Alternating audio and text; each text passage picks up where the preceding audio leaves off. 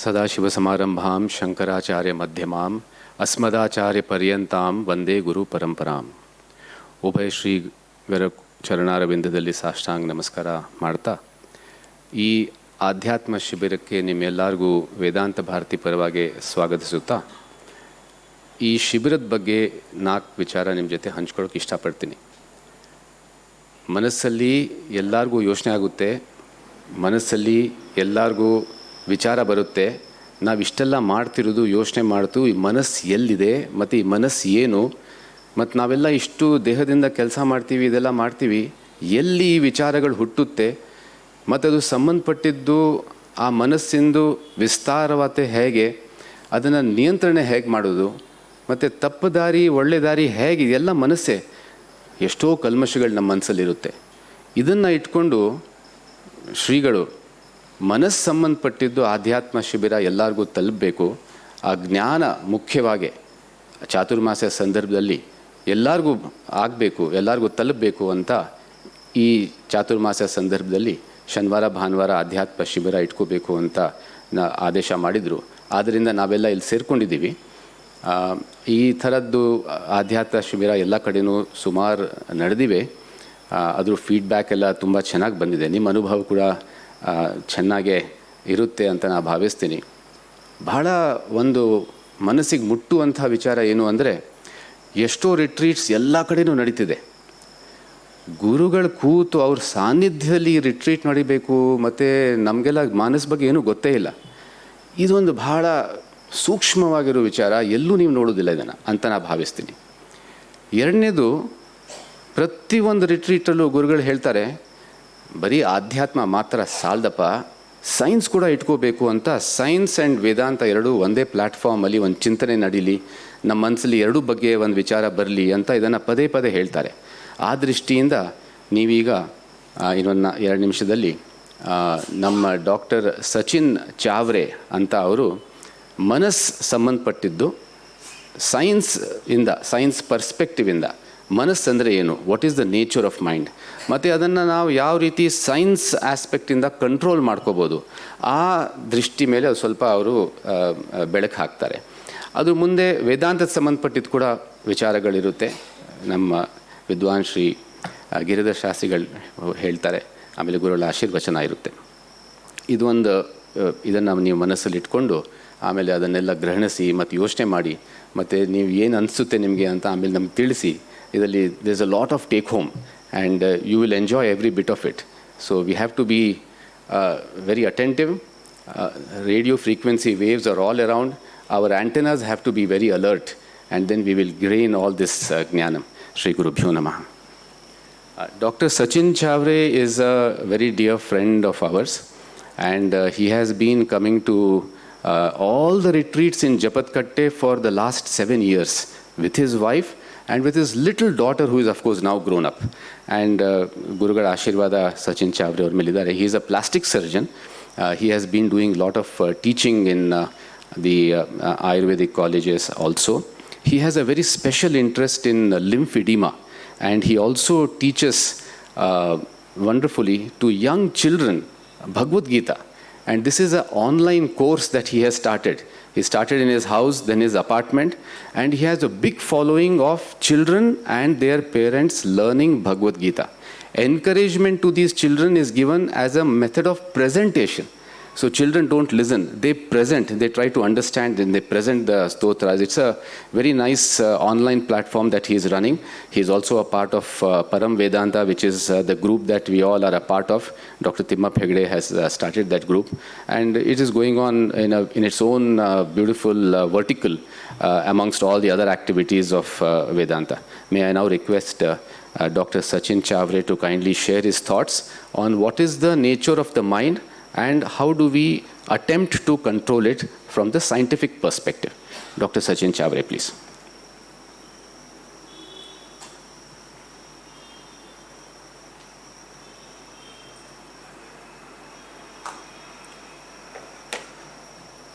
Om Shri Gurubhyo Namaha. Sadashivasamarambham Shankaracharya Madhyamam Asmadacharya Paryantam Vande Guru Paramparam. for all of you. I'm here only because of my gurus. Little low? Loud, okay. All the blessings from Guru, and whatever I'll speak is through Guru's Vachana. So, to introduce my Guru, it is Dr. Timmappa Hegde. From last 12 years or so, whatever I am learning is from him, and through him I am just spreading this message. Today's topic is very special and as well as very difficult to grasp, because mind, when we say mind, then we think only brain. But I don't know, this talk was for engineers, so I have made it a little bit for engineering people. Are there engineers here? Yeah, oh, a lot of them. So those who can tell me, what do you think, where is the mind of an engine or a car, maybe? All over the body. Exactly. Who said that? Yeah. And if we take a car, for example, you know the speed of car. Manacha Veg, we say in Marathi. It's very fast. But what is the most important part of the car, if I say so, which will make the mind go fast? What it would be? It is the brake. So today I will just discuss through this. What is mind? What is its nature? And how do we control the mind? So let us dive in deep. So you must have heard these phrases many a time. Be mindful. Mind yourself. My mind is not focused today. And sometimes very rudely, mind your own business. We see a lot of that in traffic. What is this mind but? So I will like to take a small story. A young monk went to an ashram. And in ashram, a lot of silence is required. But he could not gather that momentum. He could not be part of them. So he asked his guru, what should I do? He said, okay, you sit silently. And when you are silent, do not focus on that monkey. That's what he said. He respected Guru and he sat silently and meditated. And the only thing he could remember is monkeys and nothing else. So our mind is like that. Our mind makes us think, do, act, which we won't even imagine in normal day life. So what exactly I mean by mind? These are my topics today. And what to really mind? How to mind? So, but first come to where do I locate the mind? As someone said very clearly, it is the entire body. When you go on a roller coaster ride, have you ever gone? I think children must have gone. When you go up, we go up. Suddenly when you go down, something happens in the liver. That time, no mind, nothing. You feel, so anything which you feel from within, which is very near to your conscious brain or conscious part, nerves, that is mind. And even if I consider the brain as the mind, then one thing as a scientific person I can tell you, each part, each 5 senses, Shabda, Rupa, Rasa, Gandha and Sparsha, all are extension of your brain, means you actually see, smell, taste, hear and touch through your brain. So whatever you take from outside world is nothing but you take through this nerve endings, and that is mind. Am I clear about this? Where to locate mind? Because if you don't know what is mind, then what are you going to control? How are you going to control? So mind is not just the brain, that we should understand. Now a little bit about, because we are in a Vedantic, midst of Vedantic people, I thought we'll just understand what generally we know about body is the Stula Sharira, which interacts between me and you, the world. But mind is something subtle, which is Sukshma Sharira. And obviously, when you talk about Sukshma Sharira, let me give an example in day-to-day life.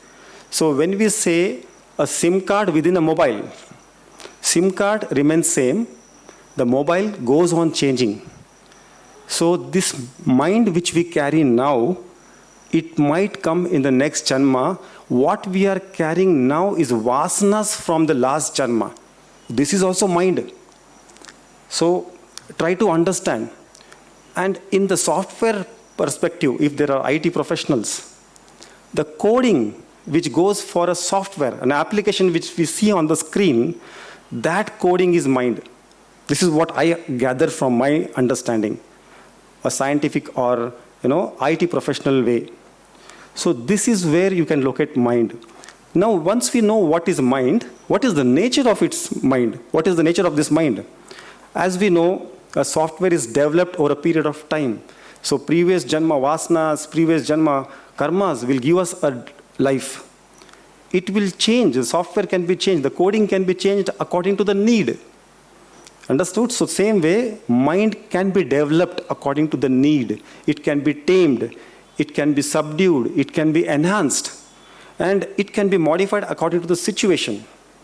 All of us gathered here, I know, after a very nice prasada down, first floor, ground floor.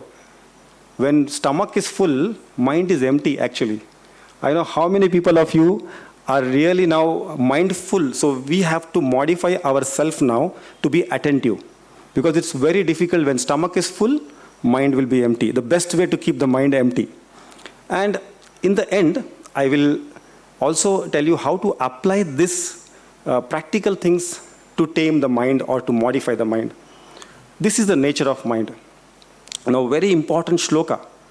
Ahara nidra bhaya maitunancha samana metat purushbhir naranam buddhir hi tesham adhiko visheshaha buddhi vinaha pashubhri samana. We all know this.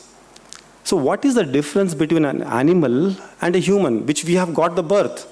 In 7th chapter Bhagavad Gita, it is said, out of so many janmas, we have got one janma of human birth.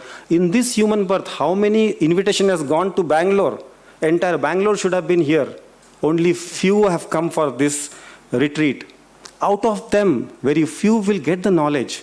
Same way, because we are human, we have this thinking mind, fulfilling mind. But what to think, what to fulfill is very important.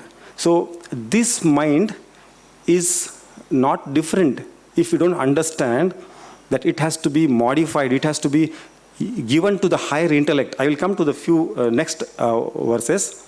I have taken this as it is from Katha Upanishad. When you talk about human body, now where to locate the mind?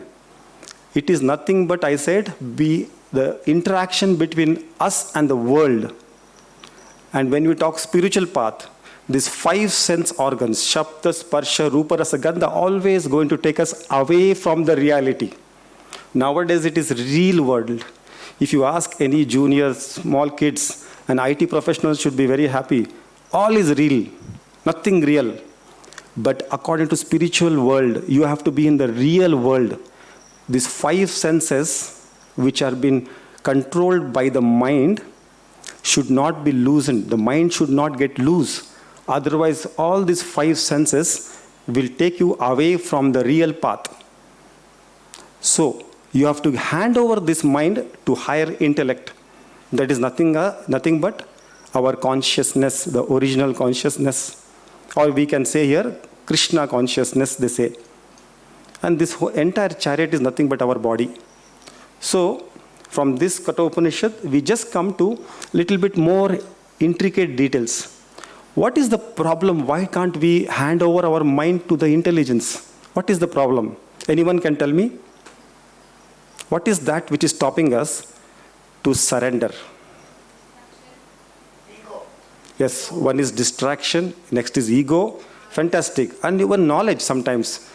Too good knowledge, too much knowledge of outer world will dampen our internal spirits. So here if you see Antakarnaha, the mind level, again there are 4 things. Chitta, Buddhi, Ahankara and Manas. The problem is the Manas should be below the ego, ego should be below the Buddhi, and Buddhi should be below the intelligence. But what happens in day-to-day interaction? Someone when tells you, do you know who yourself? When this finger points you, the Paramatma is left behind. The Jivatma in you will become more higher. The ego rises.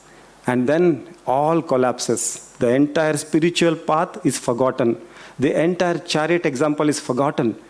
And you become the slave to the mind rather than the master to the mind. So this is from Katha Upanishad. And a beautiful shloka in 6th chapter, 6th shloka, which clearly says, for him who has conquered the mind is the best of his friends. But for the one who has failed to do so, his very mind will be the greatest enemy. We all know this. This is nothing new. We all know. One small thought in the morning that, oh, today is a big day. Today is a Monday, especially for IT professionals who have 2 days weekends, if at all. Then Monday comes and you feel now today a lot of coding or something has to be done. That thought itself that I have to do something, and then the entire week can be dragging. But now, practically, how do you challenge yourself? Now, this dog, do you think is taken for a ride, taken for a walk by the master? Or the master is taken for a walk by the dog? What do you think? This picture suggests that the dog is actually taking the master for the ride. So, an untamed mind is like an untamed dog. I'm sorry if it is a very harsh word, but an untamed mind is like an untamed dog. So, if you want to make your mind strong, listen to yourself, it starts from the young age.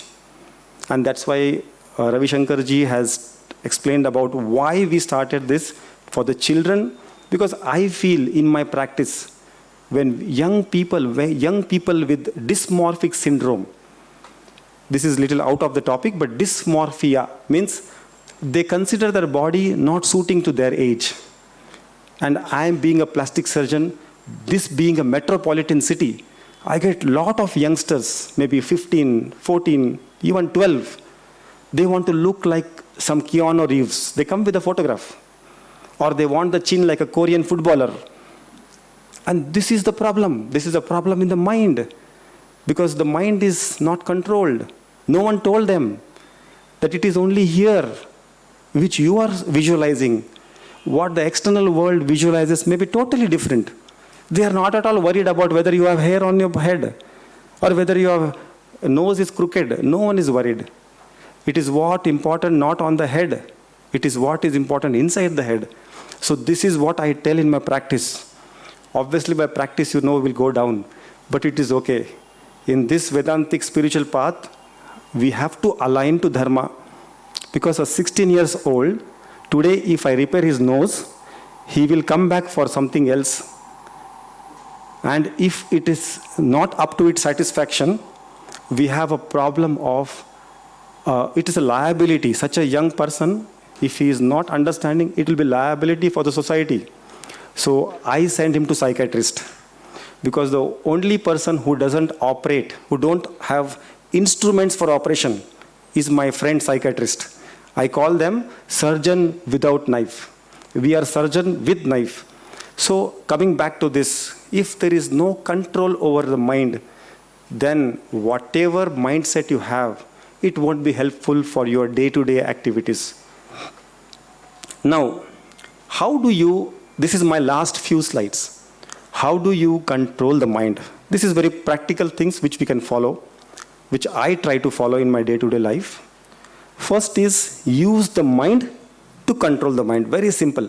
You don't have to rush to a doctor. You don't have to take any special medicines.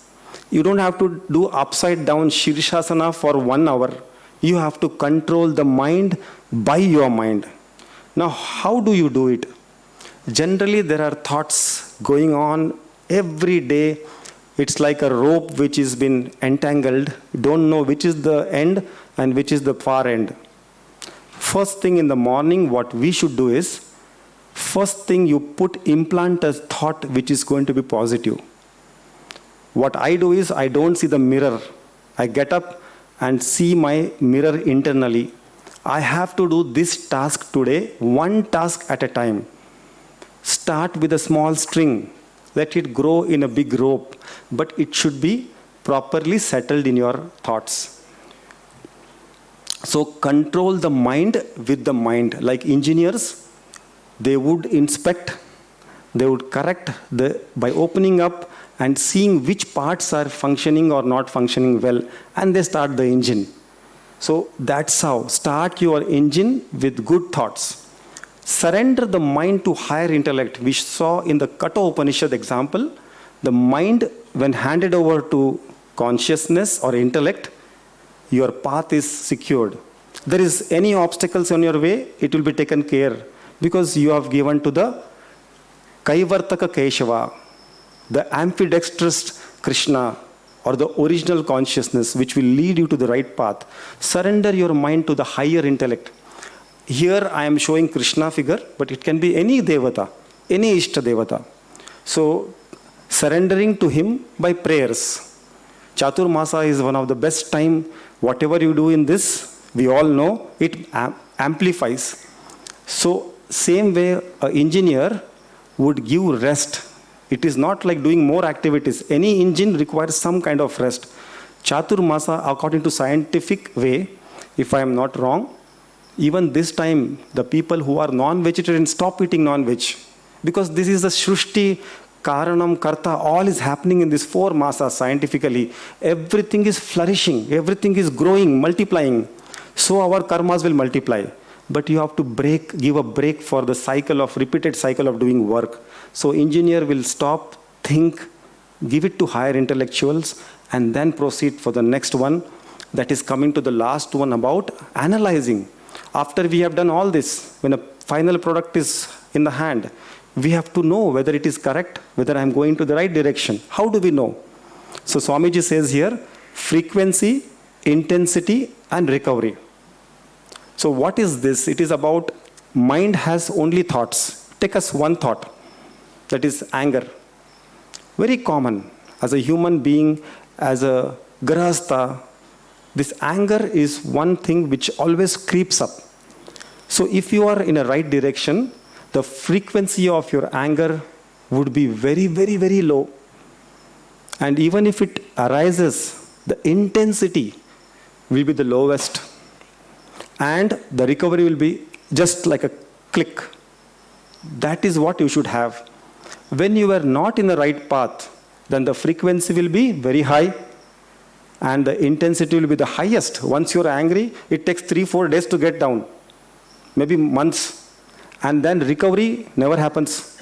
So FIR principle, to know whether you are like a quality assurance officer, a stamp, whether your mind is in control.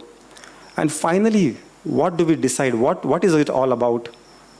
We are interacting with people, we know that when there is disconnection between the mind and the speech, because all thoughts, all activity starts here first, and then it is produced outside.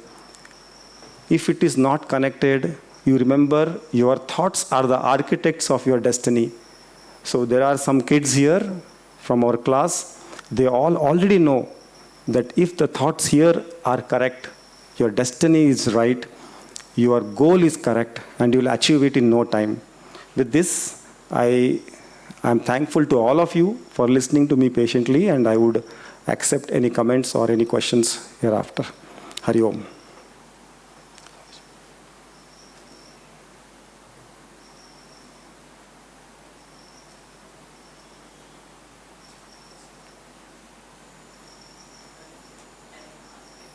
Yes, sir, please.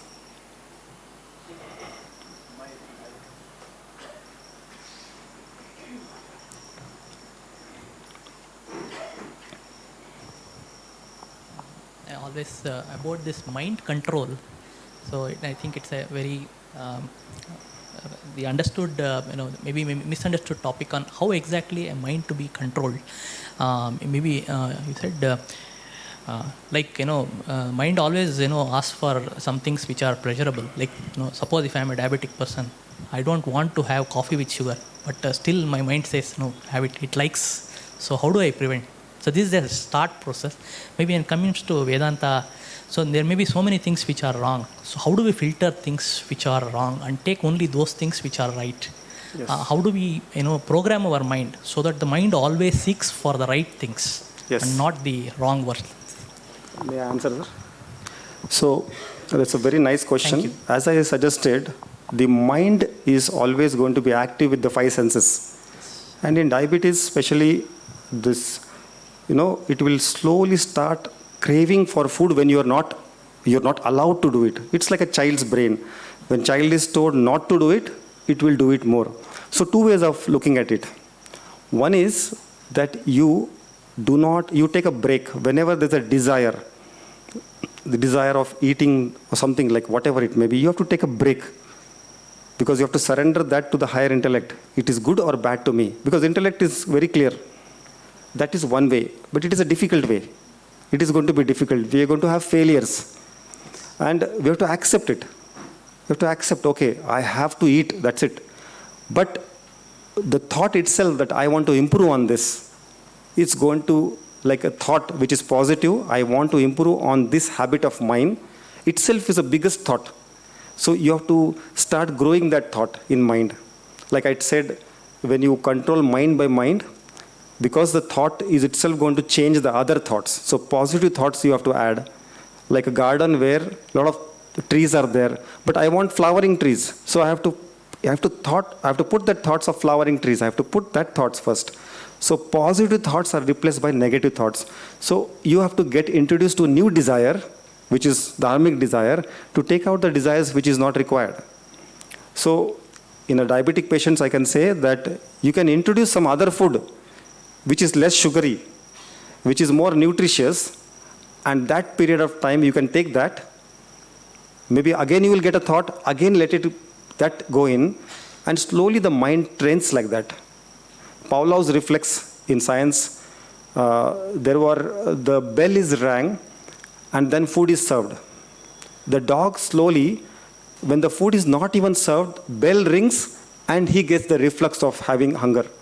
So same way, it is all in mind. So Pavlov's reflex says that if you train, when you are getting desire to eat sugar, you can eat something else which is not sugary or not that sugary. And slowly you replace that thing through your training of mind. If someone wants to add more, Swamiji wants to add more on this. But it is training, there is no other way. Yeah. No, in the process of training, sometimes, we get, we get suppressed. Maybe, stopping it as it is, that may be a suppressing of the mind. Not only case of diabetic, any other case, Yes. any if we are used to something which is wrong all the Yes. way, all throughout, and then we suddenly start suppressing it, we may shake. Yes. So how do we that, we So slowly, this I will tell with a very simple example. I was with, doctors. We have so much parties. And all not spiritual things will be there. So I know what you want to tell, ask. Yeah. So the only way to stop it is first here. There is no way you can stop not going to the party. But one day you will be caught in the party. One friend will take you there. Hey, yaar, thoda sa le le. That has to stop here. If it is not stopping here, I am very sorry. No way you can train yourself. Because you are giving way not to his orders. So you have to say, I am this master. Whatever it may come, I am the master of my mind. So that training should happen within ourselves. Then you see, your nisangatvam will come to satsanga. All good people will be around you. Once you change your sangaha, everything will change. I feel in day-to-day life, we have to be smart. After 35, even animals, they change their feathers, the beak. We have to learn from nature. There is a requirement of a dharmic change. Maybe 30 years, 35 years, whatever we did, unknowingly, knowingly, has to change after a few years, because our stomach doesn't remain same. Our body is jirna vihaya, it's going on changing. So we have to change, and that's only possible within, not outside. Thank you. Thanks a lot. Thank you. Shri Guru.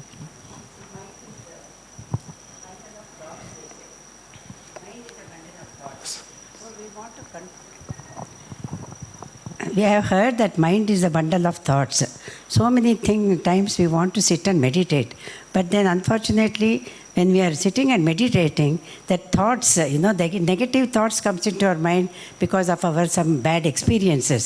So we want to get rid of that bad experiences, and I want to get into meditation mood. But because of the thoughts, it varies. It Yes. comes, and then how to concentrate the mind Yes. without thinking of negative thoughts. Very nice question. Answer is very simple. Sixth chapter, entire chapter of Bhagavad Gita is Dhyanam, in which I think the fifth and sixth verses, Yeah. it's clearly telling, first, meditation is not the goal. It's the pre-meditation. That is very important. Means what? There are steps to meditate. How do you sit? Because sometimes we do collective meditation, discussion, not helping. Now he says, Shuchavadeva. And you sleep. That is not the meditation, means sitting posture. Yeah. Your eyes slightly, not completely closed, slightly little slit of eyes open, pointing to the nose. Correct. Then where do you sit?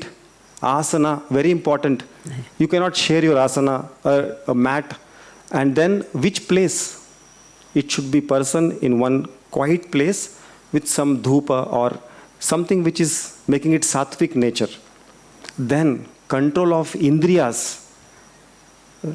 Then karma indriya control, mano nigraha also happens. After all this, like Sagar Mantana, first thing what came in Sagar Mantana is The poison. hala hala wish. Poison. Let it surface out. Yeah. There is Swami to take it. Correct. Surrender to him. Once that is taken out, the 14 beautiful things will come out, surface. But what happens in practical meditation? We want to step up fast. We want to get the amrutam. Yeah. No, let it surface. Let tears come, roll down. Let it happen 1, 2, 3, maybe months. But once we go through this process, hala wish is completely gone out of our life, then one day we will meditate. And after some years of meditation, you don't have to sit in one place. You don't have to be in one's chair. You can do meditation, action and inaction. Wherever you are, karmanyavadikaraste mahaphaleshu kadachina. That chapter, the next chapter says very clearly, when you do any action as if it is not done for me, for the Lord, that is meditation. So, and about the things that negative thoughts, we should understand it is not because our yesterday or 1 year back I did something. It is because of Purva Janma. Yeah. Because this Janma we have got because of a bank balance, Prarabdha Karma, Correct. we have got Vasanas also, which is very strong. So the only way, let it surface, let it take out, and then what will remain? Nitya Shuddha Atma. That is what will be remaining. And meditate upon that. Can we get rid of our previous vasanas by meditation or by our efforts? Is it possible? Or should we accept it as destiny? This is a separate topic, but I can suggest that it is vasanas, I said. It is like that layer which comes over the, you just take it away. Okay. Surrender. Surrender is the only word. Okay. If you surrender yourself, Yeah. believe really, not like Draupadi. Draupadi, one hand she is calling, other hand she is holding. Yeah. If you just give away, then Krishna will come. Correct. Surrender the vasana to him, Okay. everything will be okay. This is my understanding. Maybe I am wrong. Sir will Okay. correct Thank it. you. Swamiji will correct it.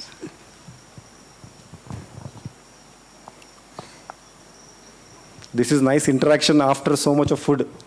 I'm happy. Gurubhyo Namaha. Sir, in general, we think brain, I mean, of course, brain is something which takes information from sense organs, so panchendriyas, and which give further instructions back or whatever. Basically, that's the CPU of the Yes. human body. But you said the brain and manas are, I mean, the mind are different. Yes. So I want to understand what is the relationship between the brain and the mind, how they interact. I think that is the only close friend of the brain, Yes. is mind.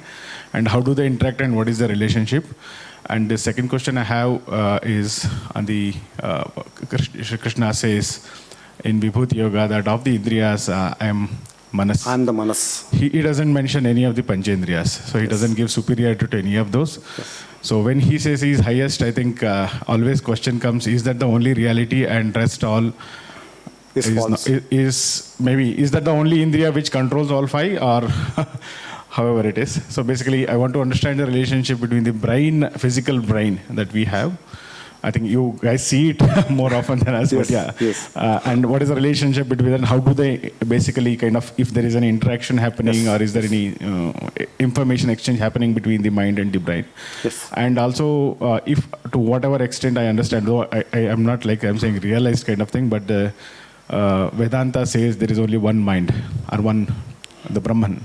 Yes. So that brings another question: how this Brahman is able to can individualize to each people and their brain and activities. So Yes. thanks for that. So three questions. One is, what is the interaction between this mind and brain, right?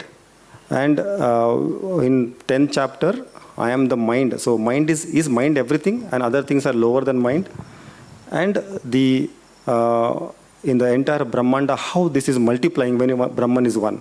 First answer would be that you see when a dead brain dead patient, we see it regularly in the ICU, but he is live.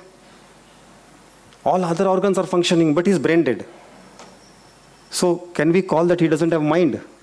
He has mind. Because I said mind is not just, it may be located somewhere, Golakam. So it may be located there. Hearing, we have this Golakam, but we are hearing somewhere else.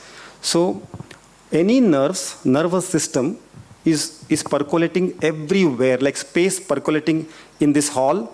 It is this outside the hall. It is within us. So a nearest thing to the mind would be a space or nerves endings, which is in every organ of our body. Every organ of our body. You can't separate them. So interaction between mind and brain is very near, but there is, I can't say like this is the location. Right hemisphere is the mind. Left hemisphere doesn't have. So it is like a extension. Brain is a physical thing. Mind is physiological thing. That is what one. Second was that mind is what Krishna says, I am the mind. Because Krishna, you know, he's always, from Kuti Krishna, he always plays games. And mind also plays games. None other than us only. Mind takes us away from the reality many a times. But the same mind will bring to reality. Which is the same mind, which is matured mind. Which doesn't come in a very young age. Once the mind is matured, the understanding about the external world is matured. You know, that's beautiful the story when Krishna was eating mud and Devaki, Yashoda saw and said, open your mouth. And Krishna laughed and showed. So basically what he wants to say that the world outside interacting is very minute. Inside is very big. So when this maturity that the outside world is interacting with pancha indriyas only, internally there is antakarna, chitta, buddhi, so many things, ahankara. And we have to get rid of everything. In fact, we have to get rid of mind also. So mind is, that way Krishna is saying that I am the mind. Because through mind only we can go to the consciousness. There is no other medium which can take us to the, as near as the consciousness. And lastly, in Brahmanda, we all know the spider example. Spider webs gives the web through his body. So if we say, we are like the Hiranyagarbha, part of Hiranyagarbha, collective mind, collective punya and papa. But the main ingredient, that is consciousness, remains one. We are just split because of ignorance. So if my mind, your mind is all same, it is split because of misidentity. That I am Sachin, I am so and so height. That is the misidentity. But if you go to the Sukshma and Karana part, or maybe even beyond that, then everyone's mind is same. Because we are come from the same material, that is consciousness, the God. So that is the third answer, what I could give. When you also mentioned about mind, you always put your hand there. Yeah, because I am also learning that mind is not... differentiate what is mind, consciousness, subconsciousness, and one more, what is the consciousness or the mind in the elevated or the highest level, what we call as a mystic experience, a mystical experience of the yogis or something, where say they have achieved the God consciousness or something. Elaborate, please. Shall I answer, sir? One small. So I will take this as a last because next speaker has to say. So sir was saying what is the mystic experience. Frankly speaking, according to Advaita Vedanta, there is no mystic experience. It is a personal experience. Many claim it, that they sat for 13 days on some hill and suddenly they experienced mystic experience. They became supernatural, whatever. So there is no mystic experience, that is personal experience. Now, what is that experience which will be ever happy, peaceful and secure? That is what we should do. That is what we are all here for. That permanent happiness, that experience will come when you become not that mindful. You have to become mind empty, actually. Got me? Your mind is always with thoughts. And some action will come, generate out of the thoughts. So the experience which we should try and get is emptying the mind, not filling the mind. So one is that there is no experience called as mystic experience connected to mind. That is totally different personal experience. And the individual which mastery over the mind, we call generally Jnani. And Jnani is beyond all these experiences because he's one with the Brahman. He's one with the consciousness. He is the consciousness.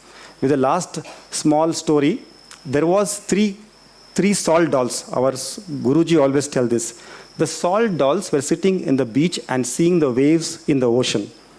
One salt doll just took away from the two salt dolls we were watching. It started walking towards the ocean. And what finally happened? We all know. It merged into ocean because it came from it and it merged into it. That is the experience we should have. Other all experiences is